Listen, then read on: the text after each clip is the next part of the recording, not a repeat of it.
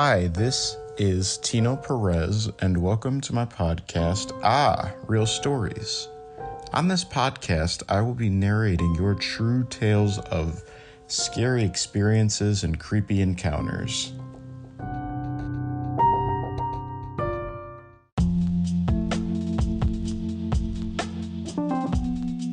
Before I get started, I really just wanted to give a big shout out to the Let's Read podcast and Jim Harold's Campfire and Let's Not Meet, all great podcasts, all very inspirational in helping me figure out what I wanted to talk about. And I love hearing these kinds of stories, so I just wanted to say thank you to a couple of people who've been doing it for a while.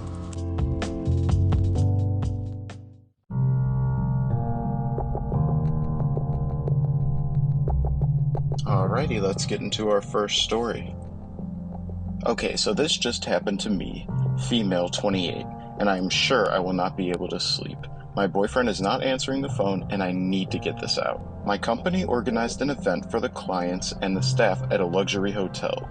Everyone partied, and I got into my room an hour ago. It's 3:27 in the morning here.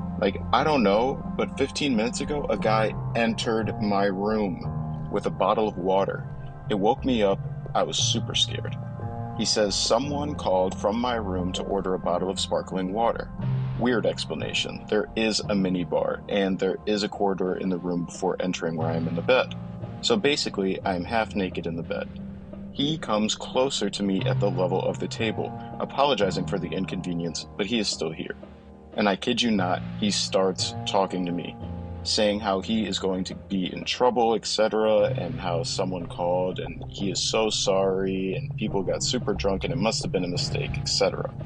I swear, he has been standing super close to my bed for 5 minutes, and I was so shocked. I was just saying, no, it's okay, I just got really scared, no problem, just go. Well, he says he doesn't see me well, asks my name twice. He says, well, I guess I will wish you a good night then. He kisses me on the cheek, like we French do, but once again, I am half naked in my bed, dead scared, and he is in a suit, dressed up, and I don't even know what I could have done. He left after the longest minutes, saying how he was sorry and how he would appreciate if I don't tell anyone. I don't know if I should be scared. Was he just confused by the mistake? I am super scared though. I cannot think right now. My heart is still racing. I just need to have some rational feedback after this.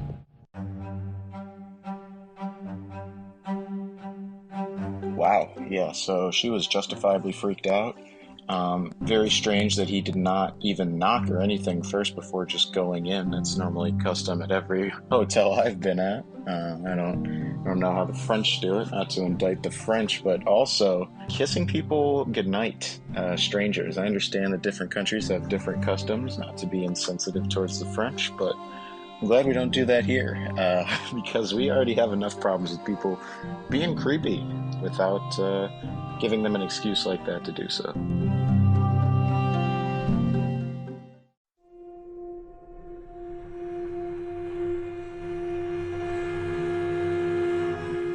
Alrighty, let's get into our second story of the night.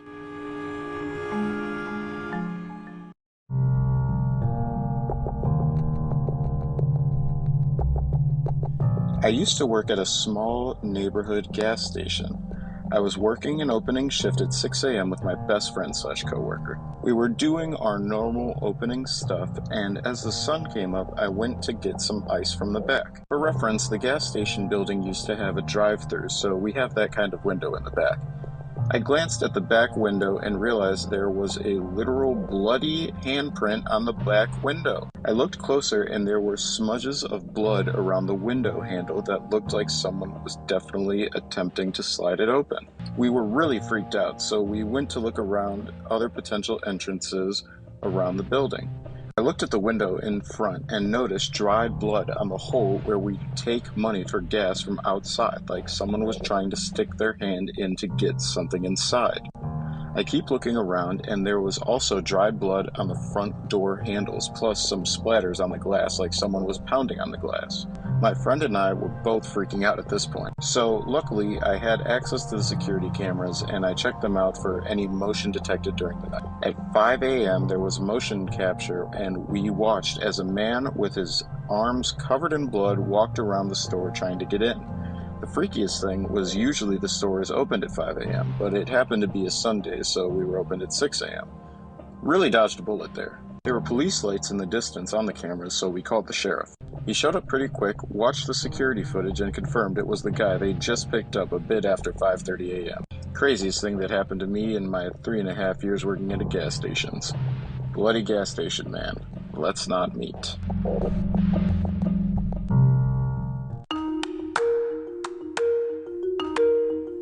Wow, gas station workers have to deal with a lot, but finding bloody handprints, that takes the cake right there.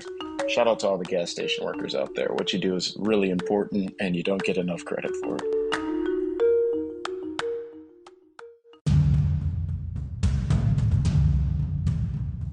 Alrighty guys, let's get into our third story of the night.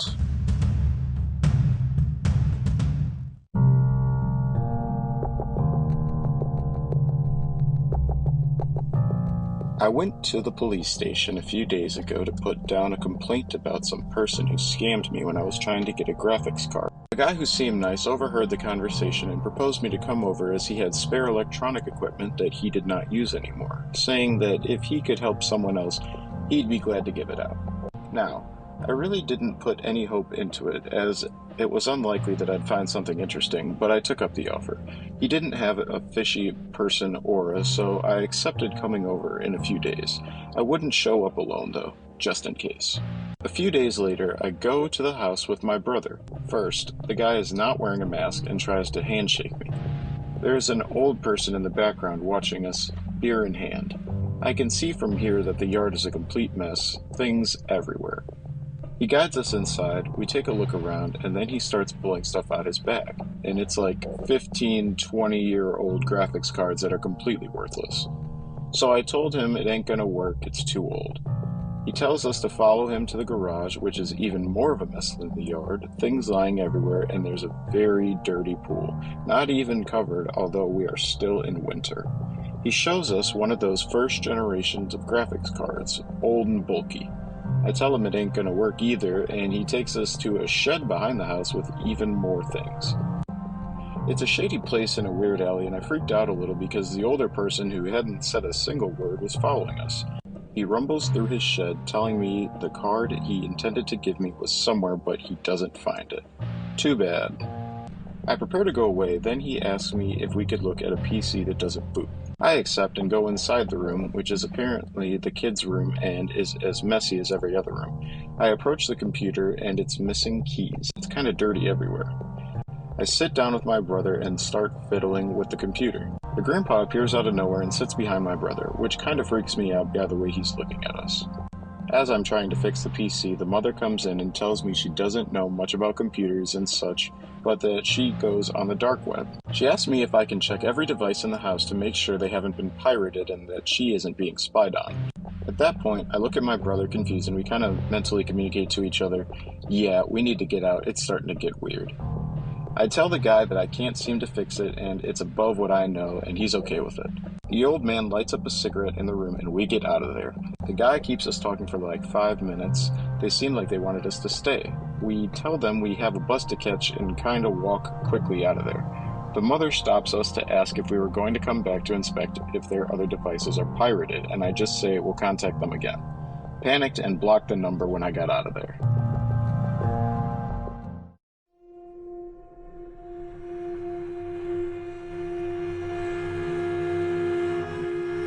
Wow, yeah, that story was creepy. I think it was smart of the author to go with his brother, though. It's always best that if you're unsure of a situation to have somebody else there with you, or just not go at all. But if you're gonna go, have somebody with you, or at least have your location turned on. The woman's story didn't really make much sense, as she said she was not really very computer savvy, but that she goes on the dark web. In no means am I an expert on the dark web. I don't want to be. It low-key scares me. But if you know how to do that, you should have a pretty basic knowledge of regular computers.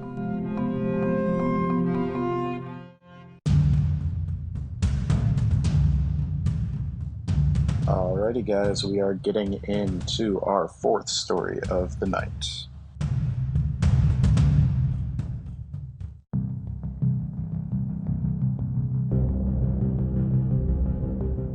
This happened a year ago, but I still think of today. Me, a 17-year-old female, and my friends, 19-year-old females, had the munchies and wanted Taco Bell at 2 a.m. So we took my mom's car and went on our journey. On our way home, though, my friend took a wrong turn and ended up in a cul-de-sac. As we were turning around, a resident on the street gets into his truck and starts pulling out right in front of our car. Us thinking he's going out somewhere, waits for him to go. But he just sits there for a second before getting out and coming towards the driver's side. I'm in the passenger seat behind the driver, so I can see him in clear view. He walks up to my friend driving and starts yelling at her to slow down and that she's going way too fast down the street, and we are just listening in disbelief because she was going 16 in a 25, but whatever. Until he starts banging on my friend's window and tried opening her door. For what reason are you trying to open a car full of teenagers' doors? What are you going to do? I see him doing this, so I tell my friend to drive because we don't want to be sitting here anymore. She pulls the F off and he jumps in his car behind us. Halfway out the street, I noticed and stuck my entire upper half out the window yelling at him. I spilled my Coca-Cola for that. At this point, he's chasing us while I'm giving my friend directions back to my house. All our phones are dead or at 1%. He ends up in front of us and cornered us in another cul-de-sac up the street. My friend is driving in people's lawns to get away at this point. Eventually, he followed us all the way home. My friends ran inside to tell my mom. I run straight for the car, yelling at him. He asked what I yelled out the car, and I said to his face, "You effing baby expletive." He gets upset and almost gets out of the car when he sees my mom come out of the house and he tries leaving, so I stood behind his truck yelling the license plate numbers. She makes it to him and his entire demeanor changes, acting innocent like he was scared. I was told to go inside, and my mom obviously gave him some words of wisdom. She tells me he followed us because someone ran over his dog a while back because they were speeding through his street, which I do not believe. But still, no excuse to follow a group of teenage girls home. So the bald man in a red truck, you're a effing baby expletive. That was a scary encounter for real, but there are some things that we could take away from that. For instance, keep your phone charged. That way, most of us have maps. She needed to find a route to get home, so they can use that.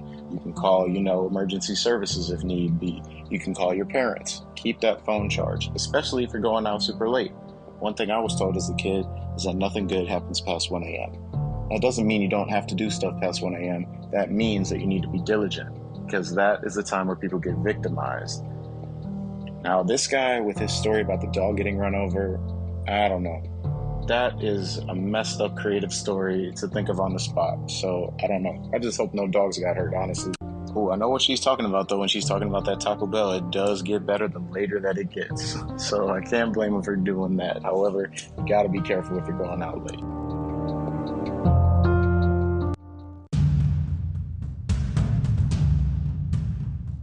Alrighty guys, let's get into our fifth and final story of the night.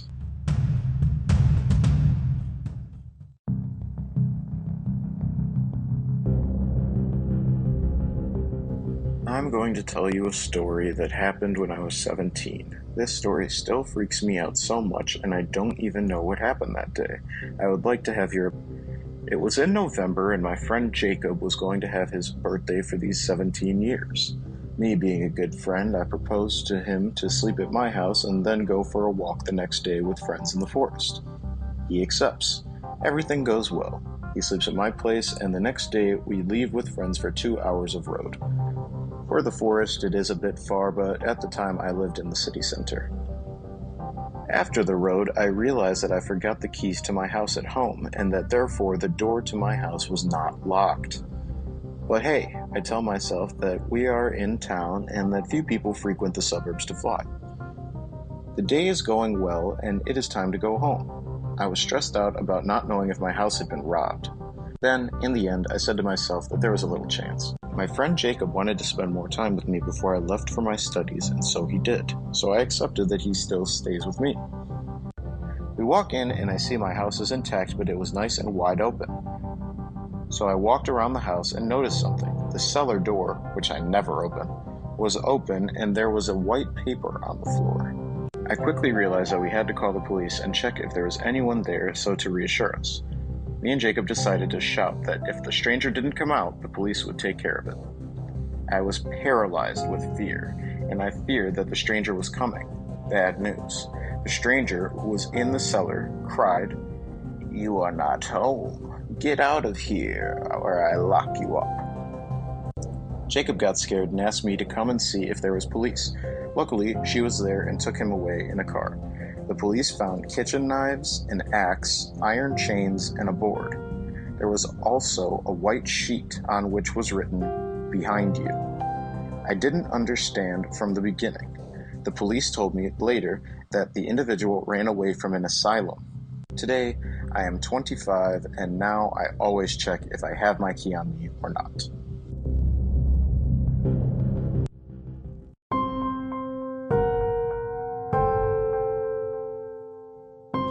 Yikes. Those home invasion stories and strangers in the house stories always particularly give me the creeps because it takes away the comfort and security that you have at your home. And he asked for opinions on, what the motive was, and honestly, it's hard to say. Mental health issues thrown in that mix, who knows what was going through that person's head. However, because they found knives and an axe, and that behind you sign, it doesn't sound like it's anything positive. So I'm glad that story had a safe ending for that person. Alrighty, everybody, that's going to do it for this episode. Thank you for listening to Real Stories with me, your host, Tino Perez. This week you have heard Behind You by Adformer8265. This literally just happened. I am dead scared and nobody is answering the phone by Olivia Clara.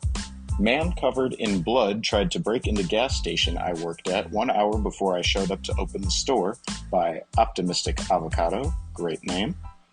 I was just looking for a graphics card by _Gorit.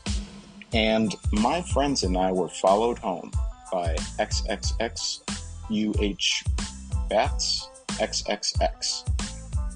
Alrighty, everybody, thank you once again for listening to Real Stories with me, Tino Perez.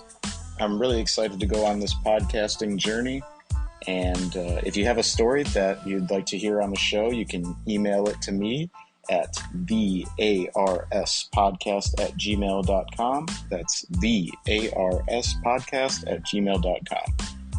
Thank you once again for listening, and everybody stay safe out there.